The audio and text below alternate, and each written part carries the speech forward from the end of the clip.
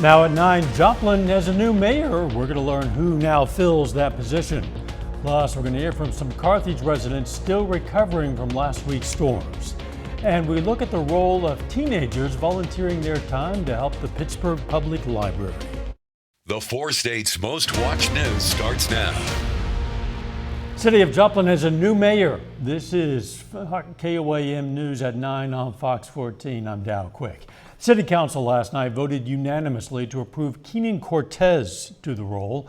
Cortez has been serving as the city's mayor pro tem. That position is now filled by Josh Tatar. The city's new council was also sworn in last night, featuring 3 newly elected members. Some Carthage residents are still dealing with the consequences of last week's storm. An apartment building next to the square in Carthage had severe water damage after the roof peeled off and the ceiling tiles fell onto the floor. KOAM's Fernandez Silva spoke to them. When I went upstairs, there was just glass and metal and ceiling tiles all over everything. Everything soaked. Everything was just covered in debris. Everything's nasty. It just smells horrible. The walls and the floors are have this white powder film on them. You can see mold. It's just gross. The video shows what Eli Wells saw as soon as he went back home after the April 1st storm. But the night when the storm hit right before evacuating the building was even worse for him. Can you tell me what you saw on that night and what happened when you were sleeping? I woke up to glass shattering and things falling and the whole building shaking and the sound of a storm outside. And I woke up and there was cardboard all around me. I was hit in the face with a ceiling tile that fell, and it was all wet. Eli's family is one of 5 who lived in the building when the storm hit. While most families moved out, 2 of them, including the landlord Keith McBride, still live there. The pictures you see were sent to KOAM by McBride. He says he's addressing the issues and hoping to rebuild the place like it was. Meanwhile, Wells was couch surfing for a week. He now has a new place to call home, but is missing his furniture. A lot of it's still up in the apartment. I'm gonna maybe take it to my new house if it's dry enough, but there's nothing really. Everything's ruined. Much we can do about it. Just slowly going to flea markets and doing whatever we can. A lesson learned with one hope in mind. Just for that never to happen again, or if it do, for me to have insurance for it all to be covered. In Carthage, Fernandez Silva, KOAM News. McBride says he has dehumidifiers running 24/7 to save floors and get the moisture out. McBride is working with contractors to start the work soon. Let's check in with Chief Meteorologist Doug Heddy for a first look at the weather. Well, it definitely turned out to be a nice Tuesday for us today. Temperatures are pretty good. We went into lower 70s for high 71, pretty close to our average. 68 is usually where we are topping out for this time of the year. Now we are going to cool down quite a bit as we go into the daytime hours tomorrow. We're dropping back through the 60s across the region. We have northeasterly winds. Our winds are really going to pick up once we get into tomorrow, and then especially by the time Thursday rolls around. We have had a couple little spotty, little tiny sprinkles, most of us good, but here's our upper level low out across parts of the panhandles of Oklahoma and Texas. That is going to head toward us, and that's going to give us some on and off showers as we go through the daytime hours tomorrow. Tonight, not a whole bunch. Some spotty showers trying to pop up by morning, but this will really increase as we go through the daytime hours tomorrow. We're going to be talking more about this in just a bit. See you soon. Active Lifestyle Events today presented a check for $1,700 to the Joplin Trails Coalition. That check helped fund a recently installed concrete ramp on the west side of St. Louis Avenue for trail users with disability issues. The new ramp makes the trail more accessible and safer for all trail users. People were just not able to get up this because of that big lip, and they were not using this trail anymore just because of that. And we just thought, the trail should be used by everybody, whether they have a wheelchair or not. That donation was funded by past proceeds from the Joplin Memorial Runs. Teens gather at Pittsburgh Public Library to gain volunteer hours and skills. KOAM's Amber Jenkins has more.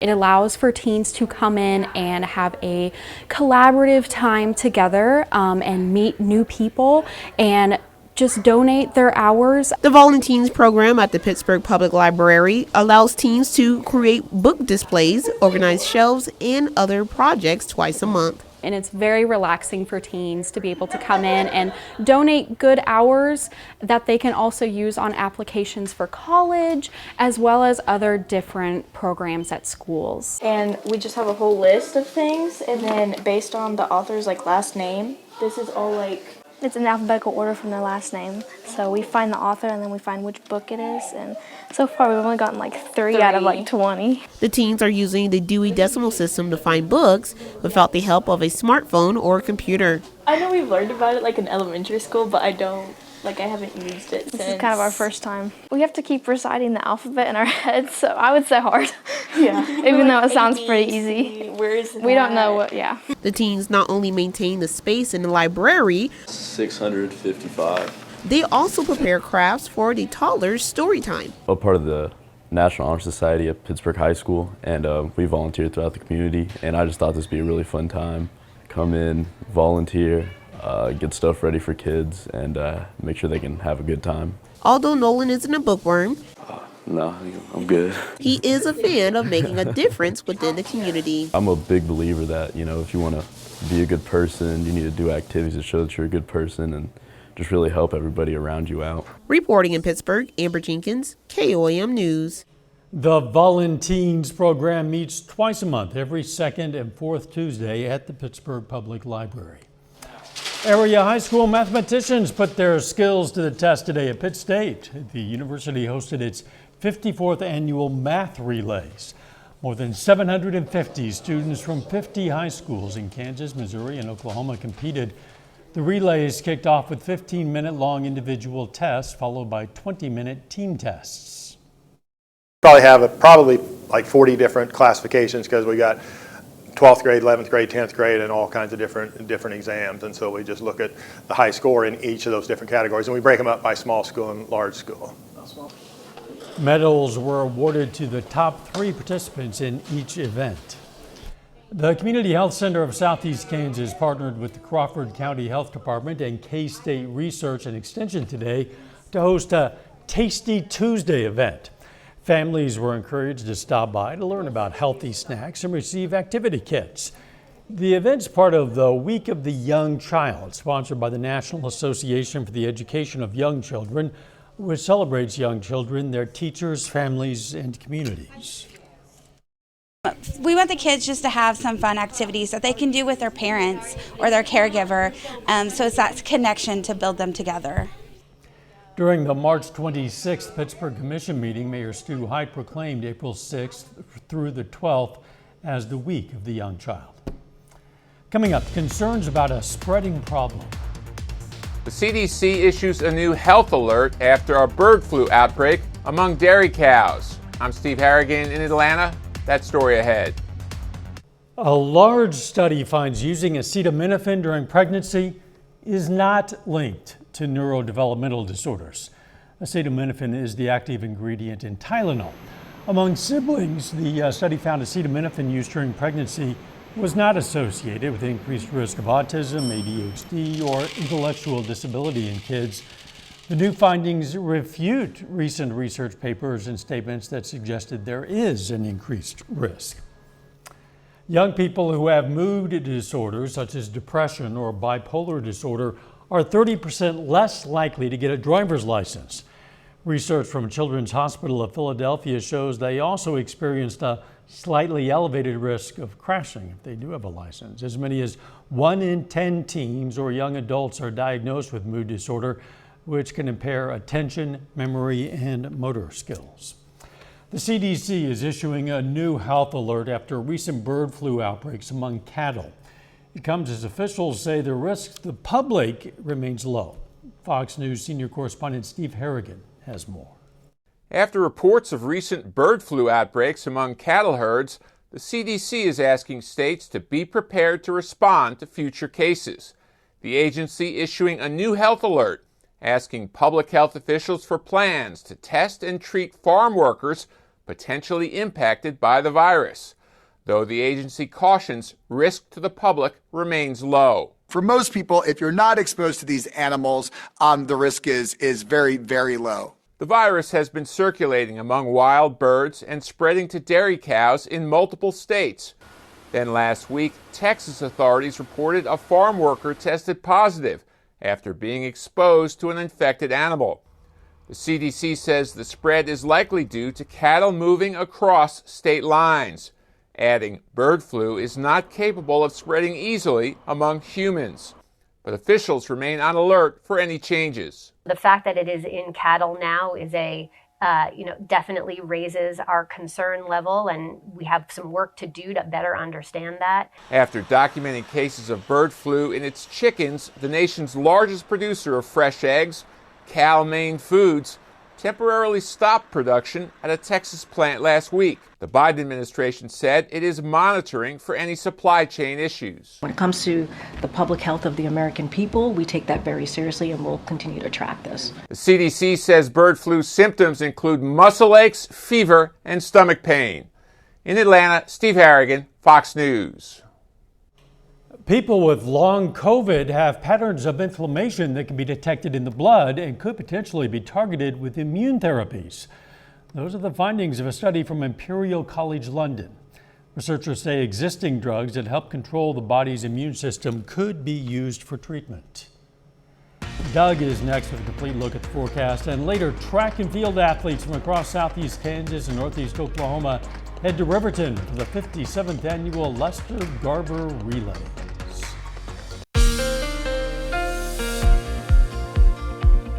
Well, of course, not a bad Tuesday for us today. Temperatures pretty good, lower 70s for highs. The clouds really increased as we got into the afternoon, into the evening hours, and we'll continue to see these thickening up as we get into the overnight hours for us tonight. Not too much going on right now. There's been a few spotty little sprinkles. Besides that, we look okay. All the action's been down south. Severe weather, parts of Mississippi, Louisiana, back through Texas, and then you can see this turn right here. This counterclockwise rotation, that is our upper level low. And this is going to pass just south of us, so it kind of puts us in that part of the rain shield as we get into the daytime hours for us tomorrow. So we are going to get some rain across the region. Let's go through time tonight. Spotty showers trying to pop up late tonight. So by morning, we are going to have scattered light showers, very scattered. Through the morning hours, very light. Once we get into late morning into the early afternoon, it starts to increase a little bit. So a little bit more widespread. Showers could get a rumble or two of thunder, nothing strong, nothing severe, especially as we get late in the afternoon. Heaviest rain you can see is along and south of Interstate 44. Also notice the temperatures. It's going to be chilly. We're going to be sitting into the upper 50s. So we're just a little bit too cold to get severe weather, which is fine, but we definitely need the rain across the region. Heaviest rain exits by late evening, and then the leftover showers pretty much gone by the time we get into Thursday morning. We get some sunshine back Thursday afternoon.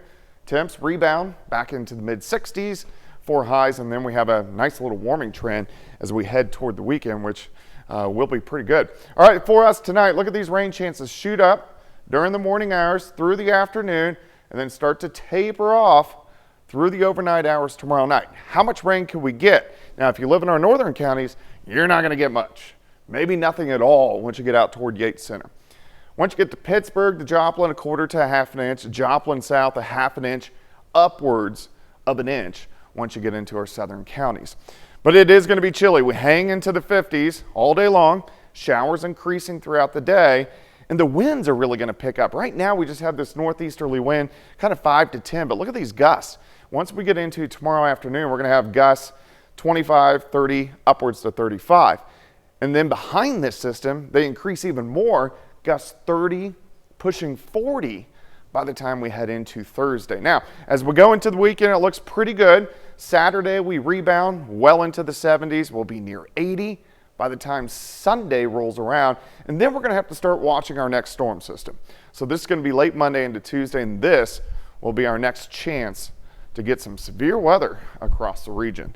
58 for you tomorrow, 65 on Thursday, 71 on Friday, 78 Saturday, and then those thunderstorm chances increasing, especially late Monday night, Tuesday, Wednesday, Thursday of next week. Dow? Liking that weekend outlook for sure, Doug. Thanks. Coming up, a reminder to lock your vehicles. We have hit a brand new all-time high, but it is not a record to celebrate. I'm Madison Allworth in New York. Coming up, the number of cars that were stolen last year and why we are seeing this increase. U.S. lawmakers have unveiled a plan to give all Americans a right to online privacy. The proposed American Privacy Rights Act covers virtually every type of organization an internet user might interact with on a daily basis. The law would ban the transfer of sensitive data to third parties unless explicitly given. It would also allow users to opt out of targeted advertising. Norfolk Southern has reached a $600 million settlement that would resolve all class action lawsuits within 20 miles of its East Palestine, Ohio derailment. The settlement is intended to offset costs related to the February 2023 accident that sent that plume of toxic smoke into the air and displaced a lot of people. Norfolk Southern has not admitted to any liability or wrongdoing. Vehicle thefts are a big problem in the U.S. As it turned out, some states are better off than others. Fox Business Network's Madison Allworth investigates some of the underlying causes with a report released exclusively to Fox Business. Vehicle thefts in the U.S. hit a record high in 2023, with more than 1 million vehicles stolen last year, according to a new report released exclusively to Fox Business by the National Insurance Crime Bureau. These were the states and districts that saw the biggest percentage increase in car thefts. The nation's capital at the top of that list, with 1,149 thefts per 100,000 people. That is more than 3 times the national average. The National Insurance Crime Bureau saying a big part of the problem, lack of enforcement. You see that play out across the DMV. Since the pandemic, DC has seen a 170% increase in car thefts. Maryland, 108%. But Virginia, just a fraction, with an increase of 32%. The first two have loosened bail laws. But there have been bail reform measures around the country, making this a nationwide problem. That plus the market opportunity. Used car prices are up around 30% since pre-pandemic. Some cities are trying to solve this problem with free wheel locks. When it comes to the models targeted the most frequently, the Hyundai Elantra and Sonata are at the top of the list, with the Kia Optima coming in third. All 3 are models highlighted in online videos that show people how to steal cars. In New York, I'm Madison Allworth, Fox Business. Up next, the Powerball has a new winner, and no, it's not you. We're going to learn where the winning ticket was sold. The lucky winner of Saturday's $1.3 billion Powerball jackpot has come forward to claim the prize. Oregon lottery officials said that winning ticket was sold at this Plaid Pantry convenience store in Portland. The winner came forward yesterday. Officials are now vetting the ticket holder before identifying that person and putting security measures in place. 30 more minutes of news, weather, and sports coming your way. The state of Missouri carries out its first execution of 2024. Plus, a look at what the future holds for land around Lake Springfield and a defunct power plant. You're watching the 4 states' most watched news. This is KOAM News at 9 on Fox 14. I'm Dow Quick. The power plant around Springfield and the lake there are in for some development. We have this report. Last night, Springfield City Council unanimously approved the plan for the redevelopment of the area around Lake Springfield. And things are in the first 100 meters of a marathon. Being accepted last night, that doesn't mean that there's still there's always an opportunity for public input and feedback. So we're continuing the discussion. An $800,000 grant from the U.S. Department of Commerce and a donation from the Hatch Foundation helped pay for the plan, but there's nothing left to make it a reality. We don't have any funding secured for any of the visioning that we've created in this plan. That vision includes building a wetland area and having islands in the lake for kayakers and walkers to access. Don't actually put your weight, though, because that point will actually start to hurt. For photographer Ty Grewell. There you go. And we'll go head up, chin tilt a little bit. Lake Springfield provides the perfect backdrop. A lot of good photography use out here, and if we can expand that, I know my family and I, we come out here, we'll walk trails, take natural shots, family portraits. As he worked on this Tuesday afternoon, he considered this an added focus to the natural landscape. Just having that natural aspect and beauty within the city, within reach for many, is, a viable thing for our community. No matter if you're clicking the shutter or the hired help for the day. I'm just hoping that they do it right and we're able to be out here more. A connection to the Chadwick Trail is also included with some ideas for the former site of the power plant that was decommissioned 3 years ago. That area could be transformed into an entertainment district. Basically, the goal of this plan was to create a vision and create an idea for what this Lake Springfield area can look like. So this is 1,000 acres of publicly owned land that we're looking at. Obviously, the biggest focal point is Lake Springfield itself. Many see Lake Springfield area as a hidden gem, and with the power station decommissioned, the city sees an opportunity to grow the area for recreational use. Another possibility discussed is that area southeast of the power plant could become a glamping zone for such things as cabins and campsites and RV parking and a mountain bike adventure trail. The state of Missouri carries out its first execution of 2024. Despite widespread protests, Missouri executed convicted double murderer Brian Dorsey this evening. 52-year-old Dorsey was put to death at 6:11 p.m. That's according to the Missouri Department of Corrections. Dorsey was sentenced to death for the 2006 murders of his cousin and her husband. In addition to the demonstrations, a clemency petition was filed saying Dorsey was deeply remorseful for the murders. The U.S. Supreme Court denied last-minute requests for clemency. In his final written statement before his execution, Dorsey thanked all of his supporters and advocates on his behalf and apologized to the victims and to their loved ones. James and Jennifer Crumley, the parents of the teenager who killed 4 students in 2021 school shooting in Oxford, Michigan, those parents are sentenced to at least 10 years in prison. They are the first parents in the U.S. to be held criminally responsible for the child's school shooting. They were convicted of involuntary manslaughter. Their son, Ethan Crumley, pleaded guilty to murder and is serving a life sentence. House Republicans might engage in another speakership fight soon. Chad Pergram reports. Marjorie Taylor Greene firing off a letter to Republican colleagues accusing House Speaker Mike Johnson of working with Democrats.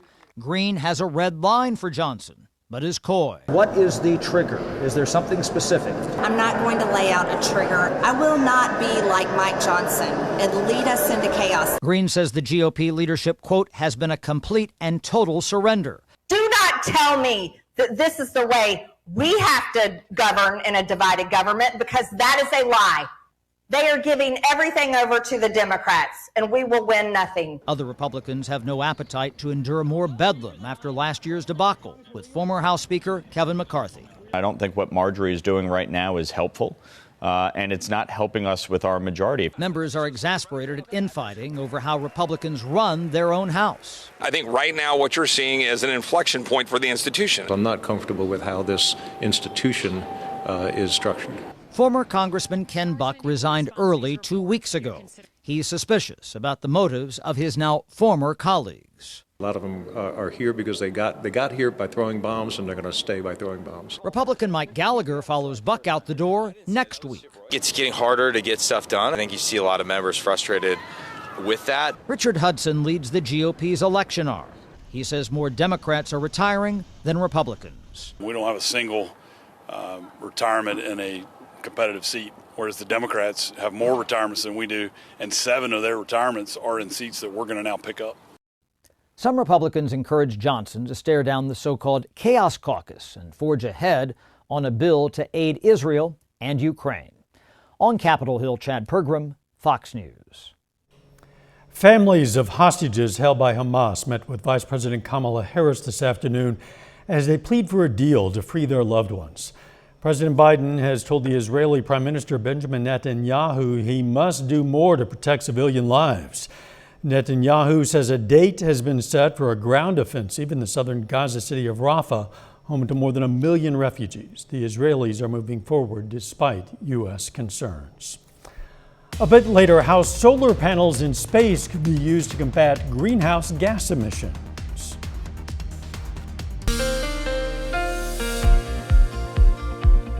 Well, of course, not a bad Tuesday for us today. Temperatures pretty good, lower 70s for highs. The clouds really increased as we got into the afternoon, into the evening hours, and we'll continue to see these thickening up as we get into the overnight hours for us tonight. Not too much going on right now. There's been a few spotty little sprinkles. Besides that, we look okay. All the action's been down south. Severe weather, parts of Mississippi, Louisiana, back through Texas, and then you can see this turn right here, this counterclockwise rotation. That is our upper level low, and this is going to pass just south of us, so it kind of puts us in that part of the rain shield as we get into the daytime hours for us tomorrow. So we are going to get some rain across the region. Let's go through time tonight. Spotty showers trying to pop up late tonight. So by morning, we are going to have scattered light showers, very scattered through the morning hours, very light. Once we get into late morning into the early afternoon, it starts to increase a little bit. So a little bit more widespread showers. Could get a rumble or two of thunder, nothing strong, nothing severe, especially as we get late in the afternoon. Heaviest rain you can see is along and south of Interstate 44. Also notice the temperatures. It's going to be chilly. We're going to be sitting into the upper 50s, so we're just a little bit too cold to get severe weather, which is fine, but we definitely need the rain across the region. Heaviest rain exits by late evening, and then the leftover showers pretty much gone by the time we get into Thursday morning. We get some sunshine back Thursday afternoon. Temps rebound back into the mid-60s for highs, and then we have a nice little warming trend as we head toward the weekend, which will be pretty good. All right, for us tonight, look at these rain chances shoot up during the morning hours through the afternoon and then start to taper off through the overnight hours tomorrow night. How much rain can we get? Now, if you live in our northern counties, you're not going to get much. Maybe nothing at all once you get out toward Yates Center. Once you get to Pittsburgh, to Joplin, 1/4 to 1/2 inch. Joplin south, 1/2 inch, upwards of an inch once you get into our southern counties. But it is going to be chilly. We hang into the 50s all day long. Showers increasing throughout the day. And the winds are really going to pick up. Right now, we just have this northeasterly wind, kind of 5 to 10. But look at these gusts.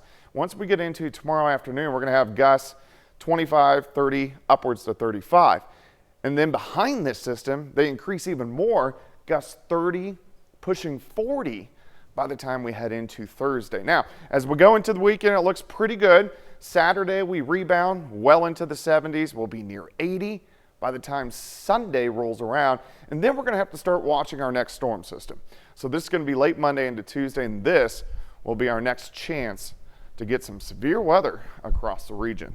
58 for you tomorrow, 65 on Thursday, 71 on Friday, 78 Saturday, and then those thunderstorm chances increasing, especially late Monday night, Tuesday, Wednesday, Thursday of next week. Down? A little bit of everything in that forecast. Hey, don't forget you can be the first to know about the day's weather with the KOAM Skywatch weather app. You can get severe weather updates sent straight to your phone right there in your hand or your pocket. And best part is it's absolutely free of charge. It's all available in the Apple App Store or the Google Play Store. Again, the KOAM Skywatch weather app. Why not download it right now? Coming up in sports, Missouri Southern and Pitt State baseball both try to get some conference victories on the road. We're going to have that for you. Plus, the 57th annual Lester Garber Track and Field Relays take place at Riverton High School. John Dales has those stories and a lot more coming up next.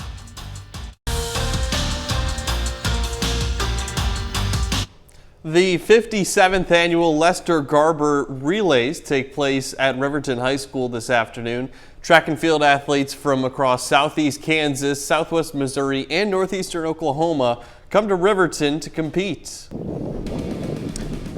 The 2024 Lester Garber Track and Field Relays starting out with the boys high jump. Dawson Troth from Northeast Arma wins that at 5 feet 9 inches. Then on the girls side, Lucy Anderson, sophomore from Frontenac, performs well, getting up to 4 feet 10 inches.